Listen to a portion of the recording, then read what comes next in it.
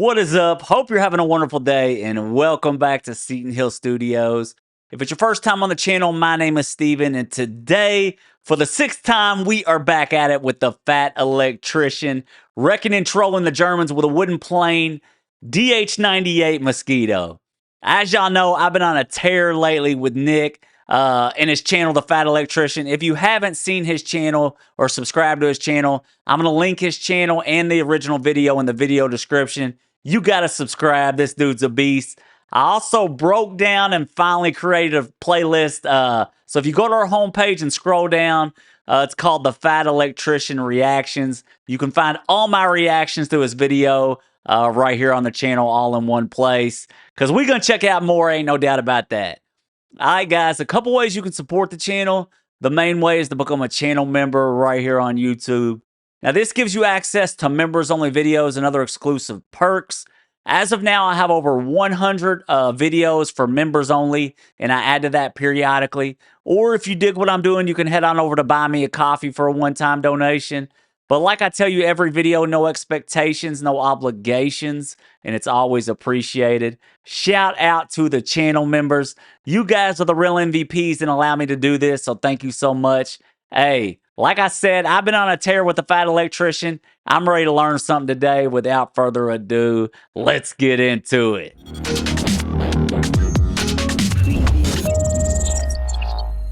Here we go, the Fat Electrician wrecking and trolling the Germans with a wooden plane, DH-98 Mosquito. It's about to get wild. Like I said, I finally broke down and created a playlist for all my reactions to the Fat Electrician. Scroll down, go to our homepage, and scroll down to the playlist Fat Electrician Reactions. You can find them all there. Subscribe to the Fat Electrician. Nick's hilarious, man, and I am learning more than I've ever learned in my life about American history. Let's see what we got today. Let's roll. In 1941, the British government finally and reluctantly agreed to let a speed freak build their next warplane, and this man took two 1,600 horsepower engines, stuck them inside of a wooden airplane, and things immediately got out of hand in the best way possible. Today we're talking about the DH-98 de Havilland Mosquito. Come on. These planes are wild, man.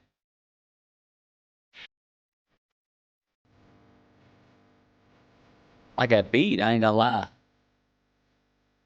And while the official nickname is the Mosquito, it also goes by the Mossy, the Loping Lumberyard, the Wooden Wonder, and the Timber of Terror. And when something has that many different nicknames, you know it's going to be good. And just like so many other stories, this story too begins with a word from our sponsor, because this video is brought to you by my favorite sporting goods store, Shields. They've got a bunch of really cool retail locations all across the United States and an even better online store where you can get pretty much anything that has anything to do with going outside or being physically active. Or beef jerky. They have a bunch of beef jerky too. Anyways, if you use the link on my website or in the description down below, you're going to get free shipping on your order. Let's get back to this video. Our story begins in 1909 with Sir Geoffrey de Havilland. He is 27 years old, he just got married, and he has spent his entire life working on, building, and designing cars and motorcycles. But now, they're just not fast enough. There's this new thing out, airplanes, and they can go even faster. So naturally, he's got to get him one of those. The only problem is, building a plane, as I'm sure you can imagine, costs a lot of money, even back then when they were just biplanes. So where's he going to get all this money? Well, he's going to do exactly what any self-respecting man would do. He's going to go to grandma for a 0% interest loan.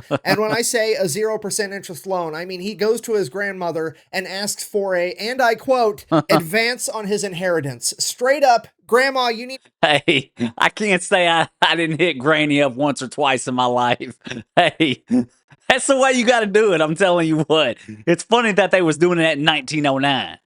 Fucking die or front me the money because I'm trying to make history over here. So grandma, being the gangster that she is, decides that she's going to give little Geoffrey £1,000 for his airplane project. Now, full stop. £1,000, you're like, oh, $1,000, that's a lot of money. No, this is 1909. £1,000 back then is equivalent to like almost $200,000 American, okay? Like grandma is apparently loaded. So he gets all this money and begins designing and making his own airplane. And after 2 long years, the day finally comes that his airplane is finished and it's finally ready for its first flight. So he hops in, takes his plane up into the sky, and everything goes absolutely perfect right until he crashed it. The plane is completely destroyed, and like every other speed freak and race car driver I've ever met in my entire life, de Havilland just crawls out of the wreckage and was like, "That's fun, let's do that again." He then proceeds to make his very own aircraft manufacturing company. Fast forward a couple of decades, de Havilland owns a very successful airplane company, and it's the early 1930s, and everybody is beginning to make their planes out of metal, but de Havilland isn't having it because he thinks that making planes out of metal is dumb. Obviously, I'm paraphrasing here, but he's basically like, metal weighs more than wood, which means that my plane is going to be slower by making it out of metal. Why on earth would I do that? To which the entire aviation community basically yells at the guy like, well, metal is stronger than wood, duh. And he's like, fucking, it's an airplane. What? Just don't run it into shit. It'll be fine. If you want strong, go build a tank. What are we even talking about here? Have you ever seen a fucking squirrel with knight's armor on? No, it doesn't make any fucking sense. So de Havilland's like, fine, I'm just going to have to prove it to these people. 1934, they're going to have the McRobertson Air Race. It's 11. Hey, that's type of my logic, though. I absolutely know nothing about planes, but I guess if it ain't getting shot at, it makes sense. I don't know. Hey, it's interesting, though. Whenever somebody embarks on a big adventure like this, or business, it had to start somewhere. And if Granny wouldn't have gave him that money, there would have been no business. So, you know, I always think, man, it's like, how did somebody get started? You got to take that risk. You got to take that chance for anything in life.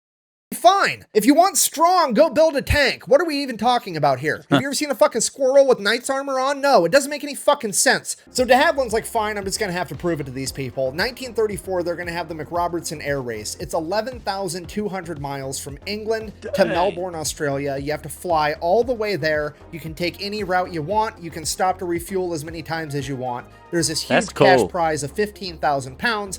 All the fastest airplanes on the planet are going to show up and try to win this race. So de Havilland creates a DH-88 Comet, ends up being the fastest plane in the world at this point in time, and obviously wins this race. And obviously, nobody cares because it's made out of wood, and they said that that's dumb. So nobody's going to learn anything from the point he just proved. Fast forward 1936, post-World War I, Germany is starting to rearm their entire country. Britain takes note, and they're like, wow, we should build up some weapons too in case they try something. So they put out a bid. They let all the aircraft manufacturers know that they're looking for a twin-engine medium bomber that's capable of carrying 3,000 pounds and cruising at a speed of 300 miles an hour. So there's money to be made with the government contract. All the airplane manufacturers flock to it and start putting in their bids and their designs for their planes. And pretty much all of them follow the conventional knowledge of how to build a bomber at this point in time, which was to have a humongous, powerful airplane made out of metal and absolutely covered in machine guns everywhere, because you need to be able to fire in all directions to fight off all the fighter planes that are going to try to shoot you down. And absolutely everybody follows that basic outline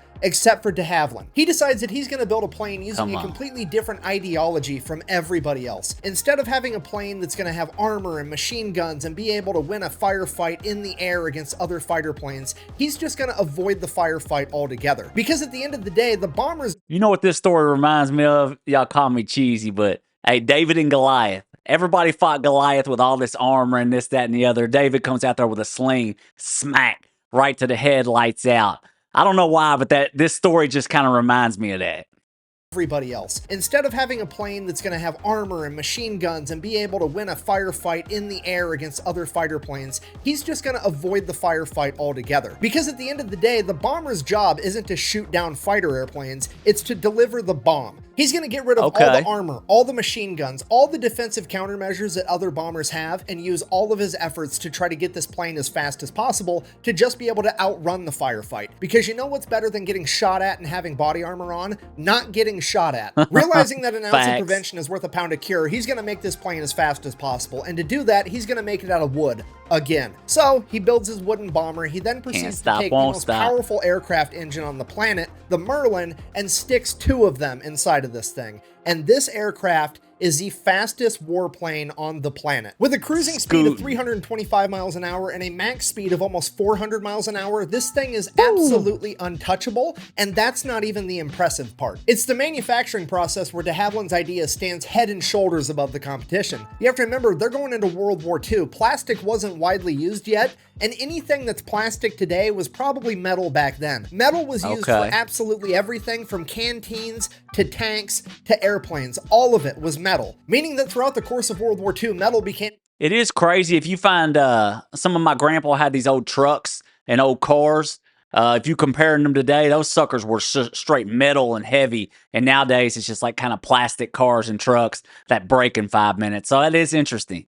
Back then, metal was used for absolutely everything from canteens to tanks to airplanes. All of it was metal, meaning that throughout the course of World War II, metal became extremely scarce, so much so that America was trying to build ships out of concrete, and Great Britain was trying to build an aircraft carrier out of wood pulp and ice. So being able to build a bomber out of a cheap and readily available resource like wood was a humongous deal. And it all trickles down from there, because not only are you just using an untapped resource, by using wood, that means that you're not going to have metal workers and riveters working on the plane. You're going to have woodworkers working on your plane, which at this point in time was a pretty much untapped labor pool that was still doing other stuff like building cabinets and pianos. They had no real way to contribute to the war effort, except now they do. And the list of benefits keeps going. I feel like I'm in an infomercial. But I'm not done yet. Because the Mosquito's plan is not to fight firefights in the air, but to simply outrun them, you know what the Mosquito doesn't need? Machine guns. You know what you don't need if you don't have machine guns? Ammunition. And you know what you also don't need if you don't have machine guns? People to fire the machine guns. So you're also saving guns, ammunition, and personnel, because the Mosquito only has 2 crew members. And you know what all those things do? They add weight to the aircraft, like over 1,000 pounds, meaning that now that all that's gone, the Mosquito can now carry an extra 1,000 pounds worth of bombs. I love that its name's the Mosquito too, straight out here just boosting around. And that's smart. This dude's thinking like 6 steps ahead. I didn't think about all that when they said a wood plane. I'm like, a wood plane? That's going to get toasted. But if it's boot scooting and boogieing like that, hey, you might not be able to catch that thing. What all those things do? They add weight to the aircraft, like over 1,000 pounds, meaning that now that all that's gone, the Mosquito can now carry an extra 1,000 pounds worth of bombs to drop on the enemy, which is actually what a bomber's job is. So just to recap, de Havilland has now delivered a bomber to the British government that is made out of a readily available resource with a brand new untapped labor pool that is cheaper in pretty much every way, and it delivers more bombs faster to the enemy. So clearly, the British government fucking hates it. And I mean, really, Sir Geoffrey de Havilland really should be more considerate. How are these poor politicians and defense contractors going to be able to feed their kids if he's out here trying to make planes that are cheap and reliable? I mean, what's the point of even going to war if you're not going to make a bunch of money off of it, right? Look, I guess I'm just glad it's not a uniquely American thing for this to happen. So all the other aircraft manufacturers are talking smack about de Havilland's idea. They're saying that it's basically a giant model airplane and that wood is not a suitable building material for a respectable plane and all this other stuff that they're desperately trying to come up with so that he doesn't win the bid. And that's when Lord Teeny Mittens, Beaverbrook over here chimes in. He's the Minister of Aircraft Production for all of Britain, and he just shuts the project down. I'm assuming it's because a giant model airplane would make his hands look even tinier. I've got these tiny hands, and that's gonna make them look even tinier. In fact, the only person that even liked the idea of the Mosquito was the Air Marshal for the RAF, Sir Wilfrid Freeman, who also, by sheer coincidence, is the only man in this conversation that has flown planes in combat and presumably knows what he's actually talking about and doesn't have a vested financial interest in the outcome. Freeman is also... Hey, like my pops always told me, a lot of times I'm like, that does not make any sense whatsoever, referring to laws or government, whatever. He said, follow the money. You follow the money, that's going to take you where you want to be. Because sometimes you're wondering, like, why would they not make the logical decision? Well, because it don't make them money. Don't put money in their pockets.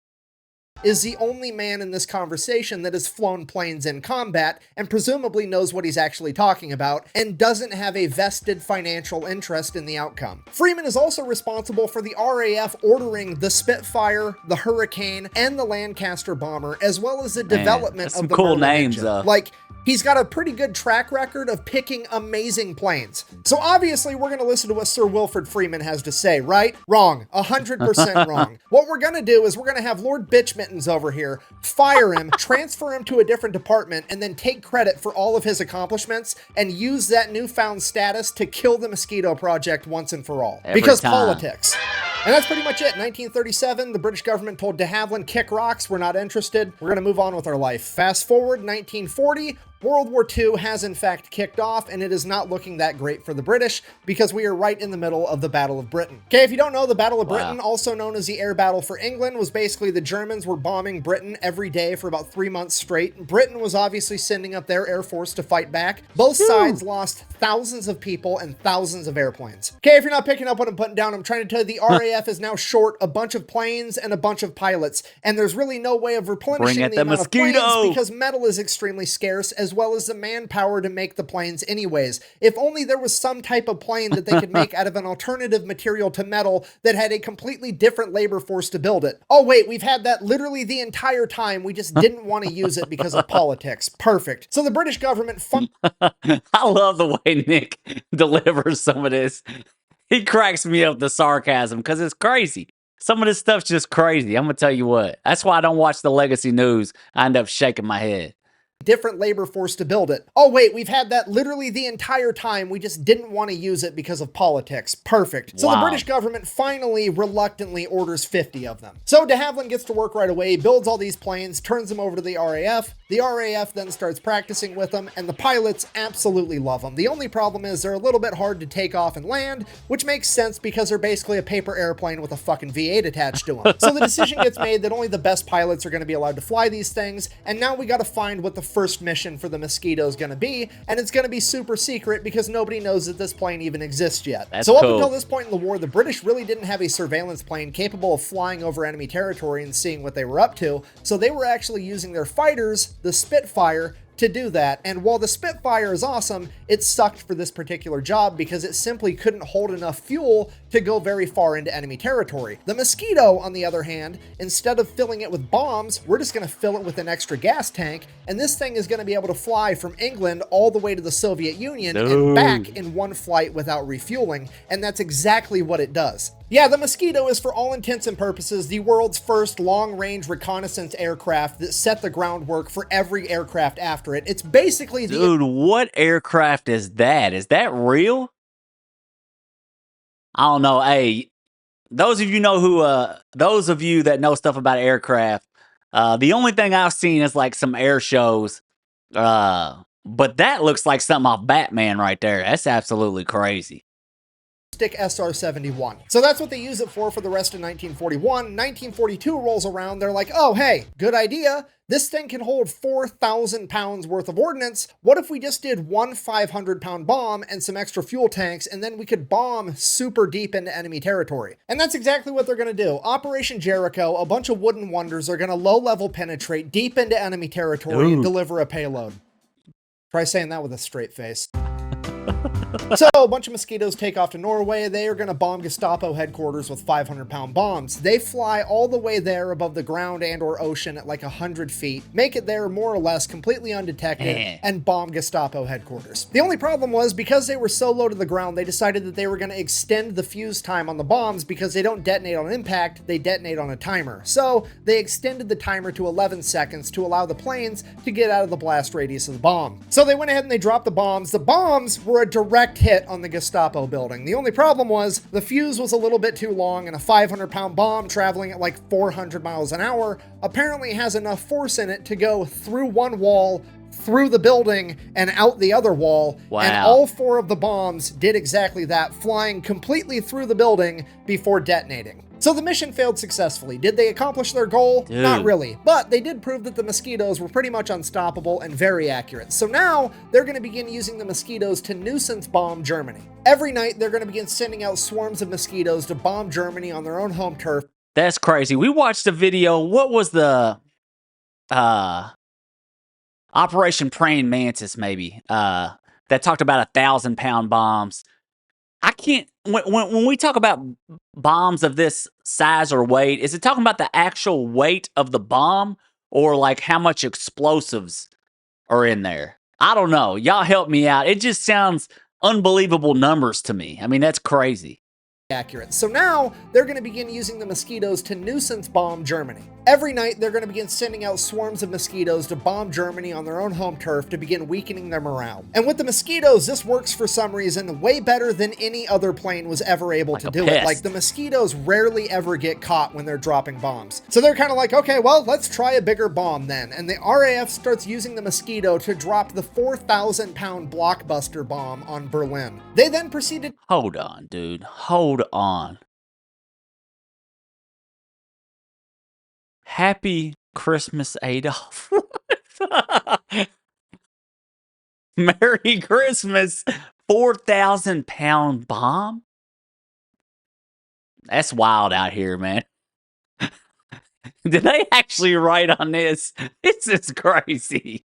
1,000-pound blockbuster bomb on Berlin. They then proceeded to do that every single night for 220 nights straight, earning it the nickname the Berlin Express. And then somebody at the RAF finally puts together the fact that maybe the mosquitoes are so successful at not getting caught on their bombing runs, not necessarily because it's nighttime and not necessarily because they're really fast, but because they're made out of wood, and wood doesn't give off nearly as strong of a radar signature as metal does. Okay. Which means it stands to reason that they would have just as much success bombing during the day as they would at night, which, if successful, is going to be extra demoralizing because at this point in time, everybody understands that there's never bombing raids during the daylight because the fighter jets would be able to take them out immediately. But in the case of the Mosquito, if they don't get picked up on radar, nobody might scramble the fighter jets until it's too late. So the Imagine this dude that built this. This is what's crazy to me. Everybody told him he was crazy. Why are you building it out of wood? That's the dumbest idea ever. And look how many positives it has. That's what I'm saying. If he would have listened to the naysayers and said, yeah, all right. But he went outside of the grain and did something different. And just, I mean, it's incredible. It's lightweight. It's fast. It goes for long distances. And now potentially it won't be clocked by the radar as much, which is wild, dude.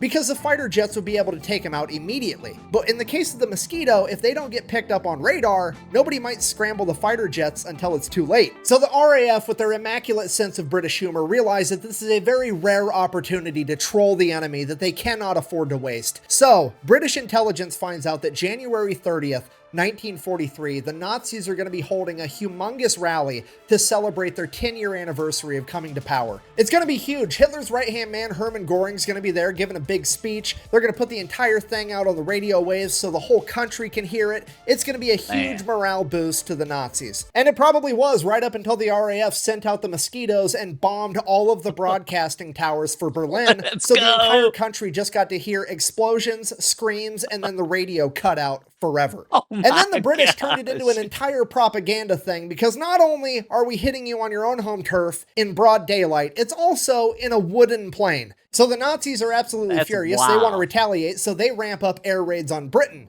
The only problem is they can't really pull them off in daylight, but it is 1943, so they have figured out how to put radar in their individual fighter planes, meaning that the night raids are going to be far more successful than they ever were before. Or so they thought, because guess what? The British have a plane that's pretty much immune to radar. So they take the Mosquito bomber and they turn it into the bomber fighter by putting 4 20mm machine guns in the nose, plus another 4 Browning machine guns in the nose, and then send them out as night fighters, and they proceed to absolutely wreck the Luftwaffe in night combat, because they can't be seen by radar, and they have radar to see them. Then, after seeing how incredibly good the Mosquito was at night fighting, the RAF had another brilliant idea. What if they sent out a bunch of Mosquito night fighters to wait above German airfields, and then sent out regular bombing raids with regular bombers, and when those bombers got picked up on radar, they would scramble the German fighters to go up and intercept them, but the Mosquitoes would already be above them and literally spawn kill the Germans the second they got in the air.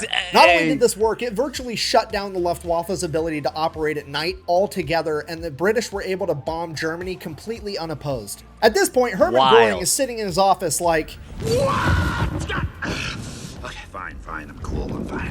Okay, and you have to remember, Hermann Göring in World War I was a fighter pilot. He scored 7 kills in World War I, making him an ace. So like the whole aerial combat thing is like his ballpark. So the fact that the RAF is having a warheads on foreheads extravaganza and there's nothing he can do about it is driving him absolutely insane. And then you sprinkle on top the fact that he's over there with his superior German engineering and the RAF is just dunking on him and his men in what amounts to a Pinewood Derby plane. This man is about to lose his mind. So he said a Pinewood Derby plane. That's what's crazy to me.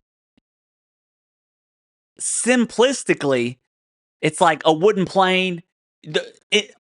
On paper, you wouldn't think that would work at all. At least me, knowing very little. To me, it would make no sense. But it's like sometimes, what do they say, parsimony, like the simplest answer, is sometimes the most effective. So it's like putting that together and then having a plane that's literally undetectable by radar, fast, and can go long distances. It's like it's unbeatable. This is crazy. This might be one of the craziest stories I've ever heard. That's wild. Sprinkle on top the fact that he's over there with his superior German engineering and the RAF is just dunking on him and his men in what amounts to a Pinewood Derby plane. This man is about to lose his mind. So he creates a special division of the Luftwaffe whose sole purpose is to find and destroy the Mosquitoes. Okay, they're already struggling in the war, and this man has now just cut out an entire section of his Air Force to do nothing but hunt down these wooden planes and try to destroy them. Needless to say, it fails miserably. So at this point, Hermann Göring's like, well, if I can't beat him, I've got to join him. So he orders his men to build him a wooden plane. And they straight up copy the Mosquito. Like so much so that they also call it the Mosquito, but they just spell it with a K. Like straight up, yeah, you can copy my homework, but make it look a little bit different. That's what they did. So they get the Mosquito with a K built, and to the surprise of absolutely nobody, it's a pretty awesome plane. But then guess what happens to it? You're never gonna guess what happens to the German Mosquito. Hold on.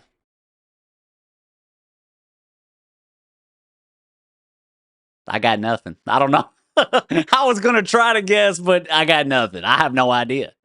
That's what they did. So they get the Mosquito with a K built, and to the surprise of absolutely nobody, it's a pretty awesome plane. But then guess what happens to it? You're never gonna guess what happens to the German Mosquito. A bunch of high-ranking Nazis, politicians, get together and they're like, I don't think a wooden plane's a good idea. I want big metal planes with metal armor and a bunch of machine guns all over them because that's the way to go. The same political BS that shut down the British Mosquito 10 years prior is now holding up the Nazis. Man. So much so that they don't even get their first test flight in until June of 1944, which is way too late in the war for the Nazis to begin making a new type of plane and mass producing it. So you think that's what's crazy about stupidity and foolishness. It's like pride gets in the way. You think if they were getting decimated by a wooden plane and they built an effective plane that they would use it. But sometimes, man, people that are so stupid can't see the forest through the trees. It's like if it's not their idea or it's not what they have in their mind, they can't change on the fly. It really is unreal. Is now holding up the Nazis. So much so that they don't even get their first test flight in until June of 1944, which is way too late in the war for the Nazis to begin making a new type of plane and mass producing it. So that's it. The Germans never really got their version of the Mosquito. Wild. They ended up losing World War II. Everybody lived happily ever after. So I guess while it was dipshit politicians with teeny hands that prevented the British from getting the Mosquito on time, it was also dipshit politicians that prevented the Nazis from getting the Mosquito on time. So everything kind of equals out in a weird roundabout kind of way. In conclusion, the de Havilland Mosquito at a glance might appear to be this one-off weird thing that happened one time during World War II. But in reality, it is probably the single most important and influential aircraft in aviation history. You see, all planes today are not built with the ideology that they need to have armor and machine guns in order to take a hit and return fire, or at least most of them aren't.